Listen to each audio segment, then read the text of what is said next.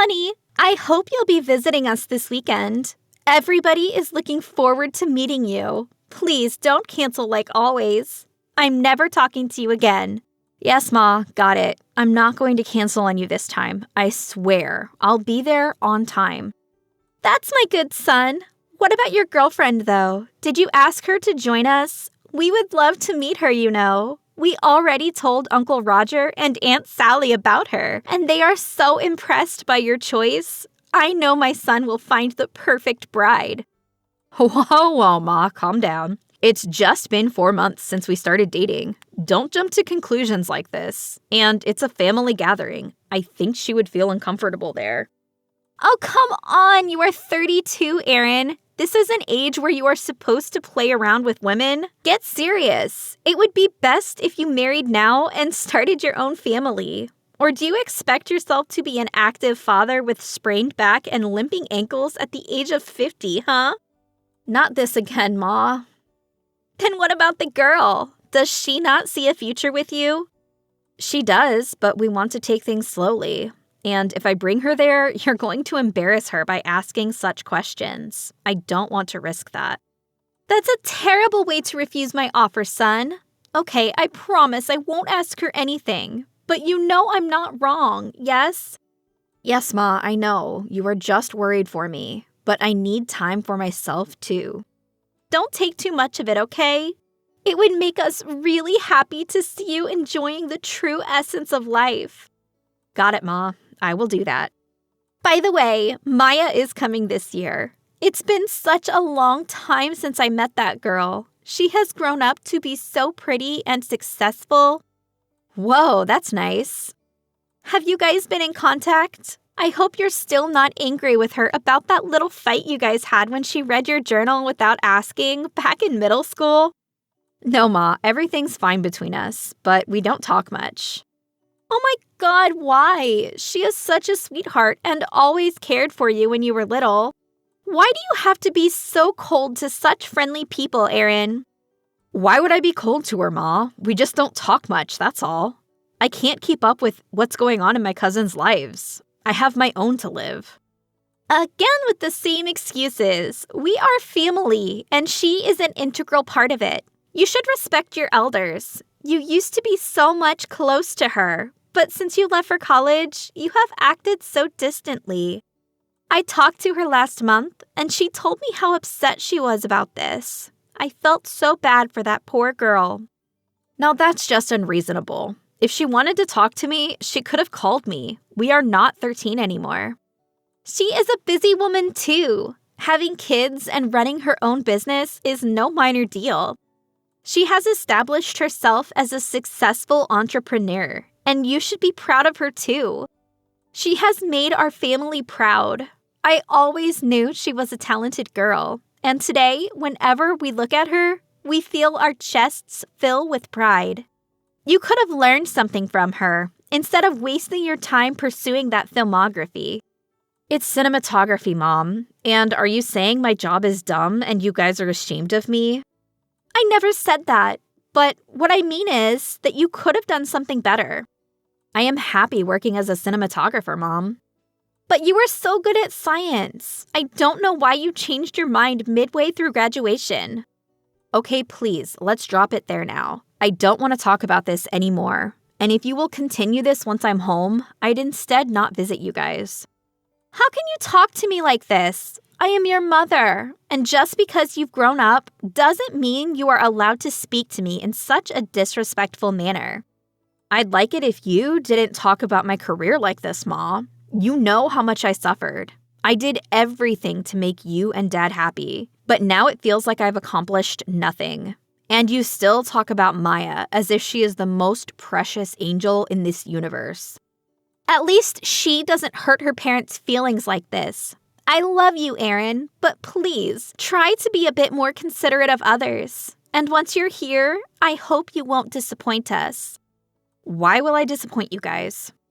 You know what I'm talking about. Be friendly and nice. They are looking forward to meeting you. Maya especially.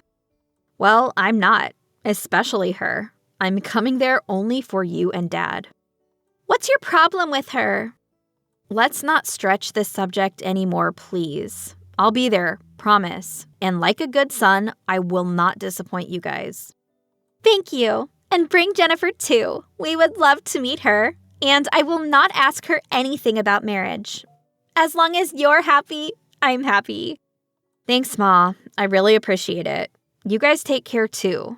Love you. Love you too, my son. I will see you soon. Next night. You can say no if you don't want to go, babe. I promise. No pressure. It does sound like you don't want me to go. Maybe because I don't. Ugh, just say no. But I'd love to meet your family. Are you embarrassed by me or something? Because if that's bothering you, I will not go. Hey, I never said that. You're perfect, just the way you are. Then why don't you want me there? Because it will be crowded, and I don't want you to feel pressured. You know how my family is, and there won't be 3 or 4 of my relatives. There will be like 15 of them, children excluded. It's fine. I think it's time I get a little familiar with your family. I know they are hard on you, but they must want to see who the gorgeous woman he is dating now. I can't miss that chance and flaunt my way into your family. I want them to love me. You're too sweet. And you can be too paranoid. Don't worry, it will go just fine.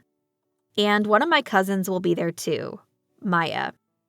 Oh, the infamous older cousin of yours who is the showstopper in your family? Yep, her. Are you nervous that you'll be seeing her soon? It's more like I'm a little pissed. What happened between you two anyway? I don't remember you telling me much about her. Maybe some other time. I will open up, I promise. Hey, no pressure. You can take your time, and I will be by your side. Thanks, Jen. I feel a little relieved. So, next Saturday, huh? Yeah. You sure you don't have a problem? No, I just want you to be safe from my messy house. Well, I'm a little jealous to see you have such a huge family. I never got to experience such things after my parents got divorced. It will be a pleasant experience. It can be draining too. I was talking to Ma yesterday, and she told me how she'd have loved to see me do something better in life instead of going for cinematography. I feel you. My mom doesn't stop complaining about my career either. But hey, some things are better left unheard. Let it pass. You know you're doing great, and your parents know it too. You have proved yourself enough. They want me to get married too. Ugh, I feel so tired just thinking about all the questions I'd get bombarded with there. All in good time, Mr. Jones. Wait, are you saying you'll marry me? Maybe, but we've time. Woman, you're going to kill me one day if you keep dropping surprises like this. At least give me a warning. Aren't I something? Hee hee. You're the best thing that ever happened to me. Thank you. You say thank you way too much, babe. Because I'm grateful to have you, silly. Stop, you're making me blush. Sure. Now go. Get some sleep. You have work tomorrow. So have you. Don't overthink too much, okay? It will go just fine, and I believe in you. You believe in me more than I believe in myself. Of course. I know who you are, and I can't wait to know you more. It's like you're an onion, and I'm peeling all these layers off of you. That's the most unromantic metaphor I've heard in my life. You chose this, honey. I know, and I'm thrilled with it. Good night, my love. I'll get the tickets done by tomorrow. Great. Love you. Love you too. 2 days before the family gathering. Hey, Aaron, it's me. Hey, Maya, how are you? Oh man, thank goodness you recognized me. Where did you get my number from? I thought you didn't have it. Ma shared it with me last week. So, are you coming to the party? I can't wait to see you. How have you been? I miss you so much sometimes. We used to have so much fun when we were kids. Yeah, right. I am coming to the party, by the way. Why are you so cold to me? I just want us to go back to normal, that's all. Is that too much to ask? Yes, it is. And stop acting like you know nothing. It's creeping me out. Hey, don't talk to me like this. Wherever you are today, it's because I helped you. If it weren't for me, you would have never chosen to drop out of college and pursue cinematography. You did nothing, Maya. And I'm done giving credit to you for things that you never did. Acting all cocky now that you've grown up, huh? You used to cry for me every day when you were little. And you used to make the best out of my misery. I didn't understand that before, but as I grew up, I saw your real face. Oh, baby, you're still as innocent as before. I wonder if your new girlfriend knows anything about it. Can't believe you're dating someone. I changed too. And don't you have a beautiful family? Ma was bragging about your perfect life. It is a perfect life, but I miss the old days when we used to play together. You used to rely on me and cry in my arms with no shame. When you'd run to me every time, you'd see me ignoring you for another guy. You loved manipulating me, didn't you? You love that, Erin. Don't play dumb. That was why you never dated anyone back then, because all you could think of back then was me. I was the dream you ran after. You made me chase you because you kept threatening me. I was trying to save my ass. Blaming me for things that you wanted again. How long do you plan on doing that? You're a grown man. Leave that behind and move forward. How can I when you keep appearing in my life like a terrible nightmare? Nightmare, I am a part of you, boy. If Uncle and Aunt found out what you did, they'd be heartbroken. And you know what? They will side with me, like always. Piss off, Maya. If only you could do that. Things would have been so easier, huh? Aunt Holly was telling me how you've gotten distant, but when you see me, I know that little boy in you won't be able to resist me. You're disgusting. So are you, for falling for me, Erin. For begging me to make you mine, for touching me, for running after me. As if you didn't ask for it as compensation when you helped me with my science project. You kept playing with me. You twisted my words and emotions and made everyone believe you with those false bruises. Let bygones be bygones, Erin. Maybe we can start something new now. What the hell is your problem? You keep bringing this up like it's a game for you. I never told anyone about this after that day. So why do you keep bothering me? Because you hurt my pride. You're my play partner. How could you betray me like that? Enough. Please. Please leave me alone. You have a life. Live that and just let me go. I'm sorry for ever standing up for myself. I'm sorry for hurting your pride. But I have moved on, and so have you. Just make peace with this. You've grown smart. My parents love you. Don't break their hearts during the gathering. We'll see about that. Maya and I had a twisted relationship, something which I can never explain to anyone, something so dramatic that made me lose all faith in love until I met Jennifer. Back when we were kids, we used to play together. She is a year older than me, and my parents always left me with her when they were busy with work. We were good friends. But I started to have some form of attraction toward her. I had a crush on her, but I never said it. I knew it was wrong, and so I never acted on it. Maya found out, though. She loved to play queen and servant with me. I was servant to her, someone she had branded hers. I was 14 when she sexually assaulted me. I didn't understand that then, and just let things happen. It kept happening once a month whenever we met. I refused, but she convinced me, and I gave in to her. The silly boy in me tried to justify her actions, but the maturing adult soon saw the twisted side. I wanted to study filming, but because she was interested in science, I decided to follow her. She made me feel validated, loved. I even used to get jealous when she'd date other guys. I happily sold myself to her in those moments, and she'd enjoyed seeing me wrapped around her fingers. I misunderstood that feeling for love. But one day, it happened again.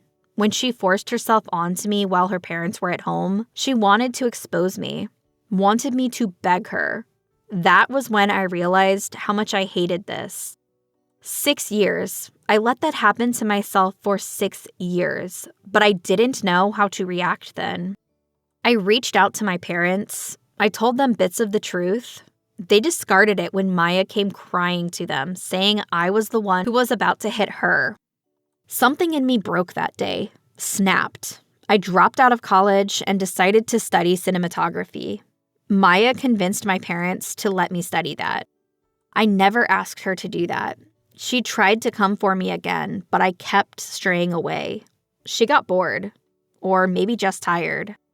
I don't really know, but the next 12 years, I gave it all to my career and therapy and finally reached this point. But now that I was going to the party, I knew something was going to happen. And yes, it actually did. Jennifer became her target. Maya kept questioning her career and made fun of her. She even bragged about how much she took care of me, and no other woman can ever tolerate my petty ass. I got pissed, but I didn't know how to let it out. There was champagne to my left. I chugged the whole bottle, and some courage finally filled my veins.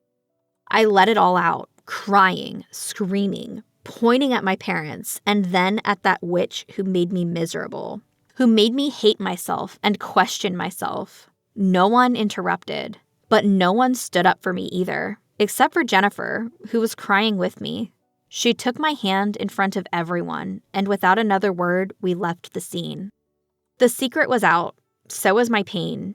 It will take time to heal, but I'll gladly be patient. Mom and Dad called me a few days later. I wanted to keep my distance from them for the time being. They had cut all contact with Maya. Her parents no longer talked to her either, and her husband was going to divorce her. There was a part of me that thought of feeling sympathy for her, but I knew it was only happiness and satisfaction I felt after that news. I felt light. It took time, but it finally happened.